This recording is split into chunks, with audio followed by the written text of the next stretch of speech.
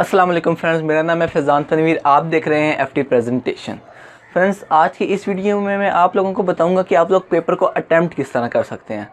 आपको मैं पहले जो वीडियोस है उनमें मैं तो आपको ये चीज़ बताता हूँ ना कि आप पेपर प्रेजेंटेशन किस तरह कर सकते हैं, लेकिन आज की वीडियो में पेपर प्रेजेंटेशन के साथ तमाम वो टॉपिक्स क्लियर होंगे जो आप पेपर के दौरान जिनको आप लोगों को उस पर काम करना पड़ेगा। आप लोगों को उसके लिए थोड़ा सा टाइम चाहिए होगा, तो वो टाइम अब मैं आपको दे रहा हूँ, तो इसलिए वीडियो को आप लोगों ने पूरा देखना है। वीडियो बहुत ज़्यादा इंटरेस्टिंग होने वाली है, बहुत ज़्यादा इन्फॉर्मेटिव होने वाली है। और वीडियो जब ख़त्म होगी तो आप लोगों ने एक काम करना है, आप लोगों ने वीडियो को लाइक ज़रूर कर देना है और चैनल को सब्सक्राइब भी कर देना है, बेल नोटिफिकेशन को भी ऑन कर लेना है और साथ अपने फ्रेंड्स में भी ये चीज़ शेयर करनी है।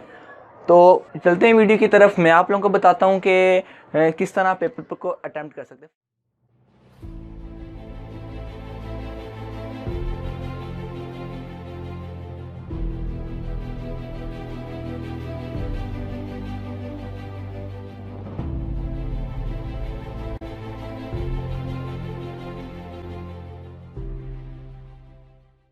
जिस तरह मैं आपको लातादाद वीडियोस में बहुत पहले जितनी भी मेरी वीडियोस हैं, मैं ये चीज़ मैं आपको ज़रूर कहता होता हूँ और आप लोगों ने वैसे भी सुनी होगी कि जो आप लोग जब आप पेपर दे के आ जाते हैं तो आप जब एग्जामिनर पेपर को चेक कर रहे होते हैं तो आप एग्जामिनर के पास नहीं होते। एग्जामिनर आपको देख के नहीं आपको नंबर देगा, आपके पेपर को देख के, जो आपके पेपर की लुक होगी उसको देख के आपको नंबर देगा। तो आप लोगों ने अपने जो पेपर की लुक किस तरह इतनी अपीलिंग बनानी है कि जो एग्जामिनर है वो आपसे इंस्पायर हो, आपके पेपर से इंस्पायर हो और उसके जो माइंड उसमें ये पर्सपेक्टिव बैठ जाए कि जो ये बंदा, ये जो बच्चा है ना, ये बहुत ज़्यादा मेहनती बच्चा है, इसने बहुत अच्छा पेपर किया, तो आपको अच्छे से अच्छे नंबर दे। तो वो चीज़ आप किस तरह कर सकते हैं, वो चीज़ आपको इस वीडियो में बताऊँगा। दोबारा से कह रहा हूँ, वीडियो पूरी देखनी है, वीडियो का कोई भी पार्ट स्किप नहीं करना, नहीं तो बहुत लॉस हो सकता है। ओके फ्रेंड्स, आप लोगों ने क्या करना होता है, आप लोगों ने पेपर में जाके एक काम, पेपर सॉल्व करने के बाद आप लोगों ने ऐसा कुछ करना था कि जो आप एग्जामिनर है वो आपसे इंस्पायर हो सके। एग्जामिनर को पता हो कि यार ये बच्चा पढ़ने वाला बच्चा है, इसको नंबर ना दिए तो मतलब कि अगर इसको नंबर ना दिए तो मुझसे गलती हो जाएगी। ठीक है, तो ये काम आप उसको इंस्पायर किस तरह कर सकते हैं, आप कर सकते हैं अच्छा पेपर दिखा के। आप पेपर को ड्रॉ करना सीखें।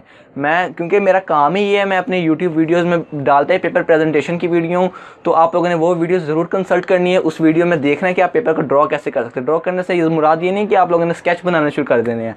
ड्रॉ करने से मुराद है कि आप लोग पेपर को प्रेजेंट किस तरह कर सकते हैं। जब आप वो चीज़ एक बार आप सीख जाएंगे, वो चीज़ कि आप लोग किस तरह जो अपने पेपर है उसको प्रेजेंट कर सकते हैं, उसके बाद आती है बात अटेम्प्टेशन की।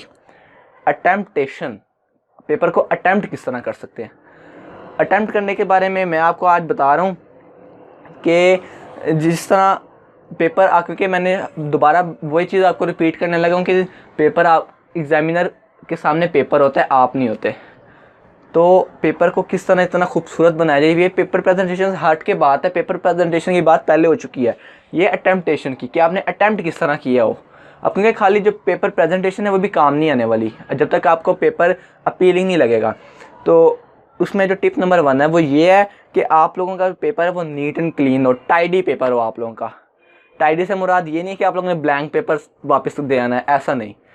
टाइडी से मुराद ये है कि आप लोगों ने गंद ना मारा हो, वहाँ पे आपकी जो हैंड राइटिंग है वो अच्छी हो, मार्जिन लाइंस आप लोगों ने अच्छी लगाई हो, आप लोगों ने जो लाइन स्पेसिंग जिन्हें कहते हैं पैराग्राफ स्पेसिंग, लाइन स्पेसिंग, वो आप लोगों की अच्छी हो, आपकी अलाइनमेंट अच्छी हो, आपकी जो डेफिनेशन है वो अच्छी हो, आप लोगों ने थोड़ी सी मिड में करके लिखी हुई। मैंने क्योंकि बहुत से बच्चों को देखा है वो लोग ना बिल्कुल डेफिनेशन को मिड में कर देते हैं, बिल्कुल साइडों से इतनी जगह छोड़ देते हैं यार, दरमियान में इतनी सी, जो चीज़ बिल्कुल गलत है। जितनी आप लोगों ने मार्जिन लाइन लगाई होती है ना, उतनी ही आप मार्जिन लाइन से अंदर की तरफ स्पेस छोड़ें और दरमियान में आप डेफिनेशन लिखें। दोबारा कह रहा हूँ, एक्स्ट्रा स्पेसेस नहीं छोड़नी है आप लोगों ने, पेपर में एक्स्ट्रा स्पेसेस नहीं छोड़नी है आप लोगों ने। इससे एग्जामिनर पे बैड इफेक्ट पड़ता है, वो आप लोगों के नंबर काट सकता है। इसलिए तो टाइडी का मतलब यही है कि आप लोगों ने अपनी स्पेसिंग अच्छी करनी है, कि आप लोग क्वेश्चन में कितनी स्पेस देने, आप लोगों ने ज़्यादा लाइनें नहीं छोड़नी कि एक क्वेश्चन खत्म हुए 4 लाइनें छोड़ दी और अगला क्वेश्चन शुरू कर दिया, ऐसा नहीं। मुनासिब सी, आप लोगों को पता है, आप लोग वैसे भी पेपर प्रेजेंटेशन ज़रूरी नहीं है, मेरे चैनल पर देखते हैं, अब और भी चैनल्स पे देखते होंगे, तो उसमें भी ये चीज़ बताई जाती है कि आप लोगों ने पेपर को प्रेजेंट किस तरह करना है। तो आप ज़्यादा से ज़्यादा इस चीज़ को स्टडी करें। ठीक है, इसके बाद इसके बाद आप लोगों की जो बारी आती है वो है कि आप लोगों ने हेडिंग्स प्रॉपर देनी है। आप लोगों की जो हेडिंग्स है ना वो बहुत ज़्यादा मैटर करती हैं। अब बहुत से लोग ना इस चीज़ का उल्ट मतलब निकाल लेते हैं, उनको लगता है कि हेडिंग से मुराद है कि ज़्यादा सारी headings. No, now it's a time of smart work not hard work. ठीक है, आप लोगों ने स्मार्ट वर्क इस तरह का करना है कि जो अपीलिंग भी लगे, अच्छा भी लगे। ये नहीं करना आप लोगों ने कि एक्स्ट्रा बेफिजूल यूजलेस हेडिंग्स आप लोगों ने नहीं देनी, बिल्कुल भी नहीं। जितनी रिक्वायर्ड है, जितनी उसमें हैं डालनी चाहिए हेडिंग्स, उतनी आपने हेडिंग्स उसमें पुट करनी है। ठीक है, एक्स्ट्रा फिजूल ये, क्योंकि मैंने बहुत से बच्चों को इस तरह देखा कि वो एक्स्ट्रा बेतुकी हेडिंग्स डालते हैं यार, बेतुकी जिनका कोई मकसद ही नहीं होता उस क्वेश्चन में, वो भी डाल के उनके ज़हन में तो ये है ना कि हेडिंग्स देंगे तो हमें ज़्यादा अच्छे नंबर मिलेंगे। नेवर एवर, हेडिंग्स देने से पेपर अपीलिंग लगता है। अब ये भी नहीं है कि आप लोगों ने बिल्कुल हेडिंग छोड़ ही देनी है, आप लोग पूरे लॉन्ग क्वेश्चन में 2 हेडिंग्स दो, ये भी तो बात सही नहीं है ना। मुनासिब हेडिंग्स देनी है। आपको पता है जब आप पेपर को प्रिपेयर कर रहे होंगे तब आप उसमें से देख सकते हैं।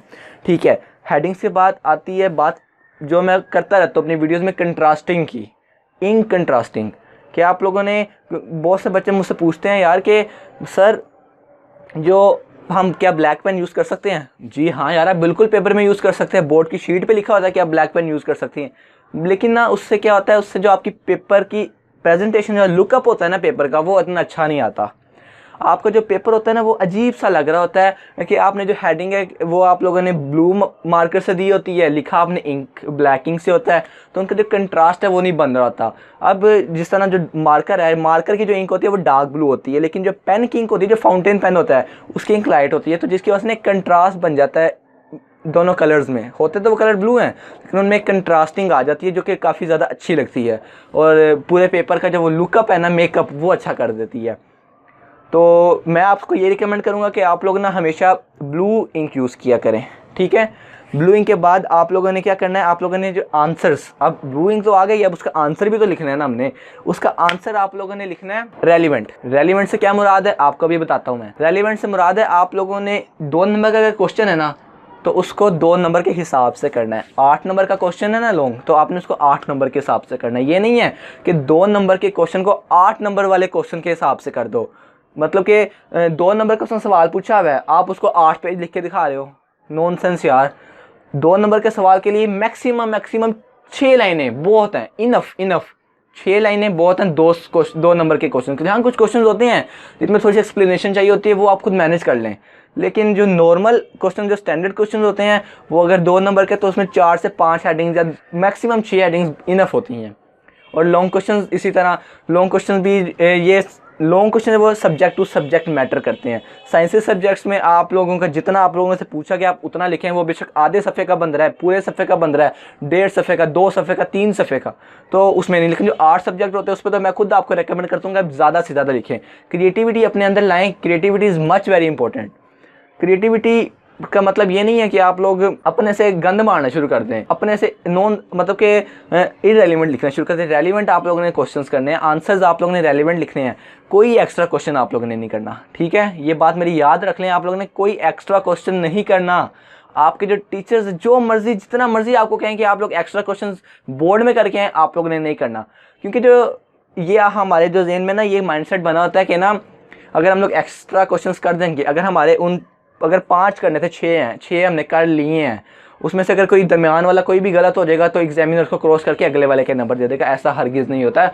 जो एग्जामिनर वो बेवकूफ़ नहीं होता, उसको पता होता है। वो क्या करता है, जो पहले 5 गिन लेता है, आखिरी वाले को क्रॉस मार देता है, वो बेशक सही भी हो, और दरमियान वाले जितना भी जो भी गलत होगा ना उसके नंबर वो काट लेगा। तो फ़ायदा, आपका टाइम भी वेस्ट होगा इसमें, और उसका कोई मतलब कि उसका कोई फ्रूट भी नहीं निकलना आपके लिए। तो मैं तो बिल्कुल इसको छोड़ देता हूँ कि ना कोई भी एक्स्ट्रा क्वेश्चन ना करें आप लोग। इसके बाद आप लोगों ने जो एक पेपर प्रेजेंटेशन से रेलिवेंट ये टिप है कि हर क्वेश्चन के बाद आपने लाइन ज़रूर लगानी है पेपर में। अब लाइन, आप एंडिंग लाइन की बात कर रहा हूँ मैं, जो आप लोगों ने यहाँ पे इस तरह क्वेश्चन एंड होने के बाद लगानी होती है, ये वेरी वेरी इंपॉर्टेंट है। क्योंकि एग्जामिनर है ना, क्योंकि अब उन्होंने एक पेपर तो नहीं ना आपका चेक करना, खाली हज़ारों पेपर उन्होंने चेक करने होते हैं और जल्दी जल्दी चेक करने होते हैं। तो वो क्या करते हैं, वो कभी अगर जिस बंदे ने यहाँ पे लाइन नहीं लगाई, एंडिंग लाइन नहीं लगाई, वो ना क्या करेगा, वो 2 क्वेश्चंस को ना एक क्वेश्चन समझ के एक क्वेश्चन के नंबर दे देगा। इससे उसको तो कोई उसको नहीं होगा, उसको तो ये लगेगा कि ये एक ही क्वेश्चन है, लेकिन नुकसान किसका होगा, आप लोगों का, मेरा, हम सब लोगों का नुकसान होगा। तो इसलिए ये रिकमेंडेशन है, ये आप लोगों का फ़र्ज़ है कि आप लोगों ने एंडिंग लाइन ज़रूर लगानी है। आप लोगों ने एग्जामिनर को बताना है कि यहाँ पे मैंने एंडिंग लाइन लगाई है, मेरा यहाँ पे क्वेश्चन ख़त्म हो गया, मुझे उसके नंबर दें, और फिर अगला क्वेश्चन स्टार्ट हो रहा है। ठीक है, ये काम करने के बाद आप लोगों ने कोई, जिस तरह बाकी मैंने आप लोगों को बता दिया, टाइम मैनेजमेंट बहुत वेरी इंपॉर्टेंट। टाइम मैनेजमेंट आप लोगों के लिए मैं एक स्पेसिफिक वीडियो लेके आने की सोच रहा हूँ, लेकिन वही बात है, टाइम मैनेजमेंट बंदा खुद करता है, अपने अंदर टाइम मैनेजमेंट की स्किल पैदा करनी पड़ती है। वो जब आप लोग कर लेंगे तो आसानी हो जाएगी आप लोगों के लिए। बाकी ये ख़त्म, टिप्स मैंने आप लोगों को दे दी। अगर आप लोगों को ये टिप्स पसंद आई हो तो थैंक यू करें मेरा, यानी कि लाइक करें वीडियो को, साथ ही चैनल को भी सब्सक्राइब करें, क्योंकि मेरे लिए सबसे बड़ा थैंक यू यही चीज़ है। और कमेंट करके मुझे बताएं, और भी अपने जो टॉपिक्स हैं उनके बारे में भी मुझे थोड़ा सा गाइड करें कि मैं किस बारे में अच्छी वीडियो बनाऊं, किस बारे में वीडियो बनाऊं, और थोड़ा सा टॉपिक्स बता दें। और साथ अपने फ्रेंड्स में ज़रूर शेयर करें जिनको नहीं पता, क्योंकि बहुत से आप जैसे लोग होंगे जिनको नहीं पता इस बारे में, तो उनको भी ज़रूर बताएं। वीडियो को शेयर करें, सजेस्ट करें अपने फैमिली मेम्बर्स में, अपने फ्रेंड्स में, अपने रिलेटिव्स में। तो मिलता हूँ मैं आपसे अगली वीडियो में, तब तक के लिए इजाज़त दें। अल्लाह हाफिज़।